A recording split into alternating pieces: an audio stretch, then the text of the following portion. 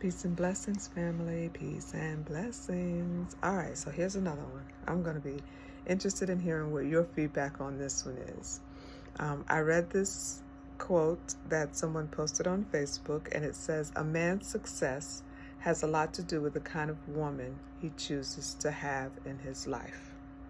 All right, before I get started, I'm going to just go ahead and say that goes both ways, because I know that's going to be the paramount thought system around this quote, but it's understood that it goes both ways. Yet I think this quote goes a little bit deeper than it just being about physical things. And for me, it personally has more to do with the spiritual aspects of what that person chooses to select their partner or their mate based on.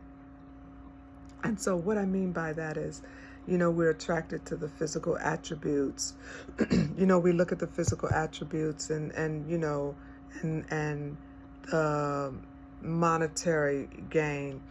But for me, this quote goes a little bit deeper than that. When you talk about the success of a person, you're not just talking about their worldly success. You're not talking about how much money they make. You're not talking about how big their house is, how big their car is, how many cars they have. You're talking about the success of that person from a spiritual aspect in terms of, are they here to fulfill their purpose? Are they successful in terms of what they came here to do and being able to actually live that out? And so the mate that I choose, or the mate that someone chooses, or the mate in this instance that a man chooses, should have more to do with how that woman allows that man to be fully himself. How much she gives him the energy and the space to be able to see himself from the perspective of how he was created or who he was created to be, and to actually live that out. Let me say this about that, though. That does not mean that that woman is going to be somebody that placates your life, somebody that pats you on the back and tells you that everything is going to be okay when it's not really okay. That woman is not going to encourage you to be your highest self.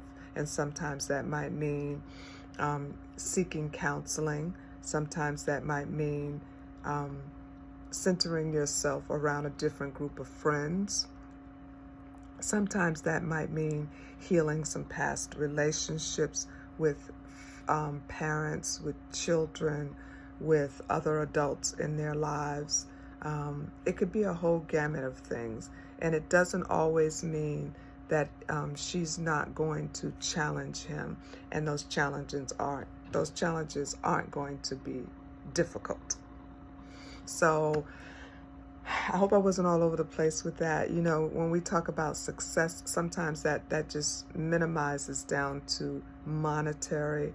But in my mind, it's so much bigger than that, because we are these spiritual beings having this physical experience. And so we get caught up in the material things. And yet for me, success is about, did I open up my suitcase when I came here? Did I understand what my purpose and my blessings were? Did I offer those to the world? And if I'm not able to do that, and if I'm not in a position to do that, if I have someone by my side, can they help me to be that person so that I can live out my fullest potential? So, yeah. So the success of someone definitely for me is predicated upon the type of partner that they choose, and not somebody that's just going to pacify, but somebody that's going to really push you out of the nest and really, really, really challenge you to be your highest self. Ashe. Ashe.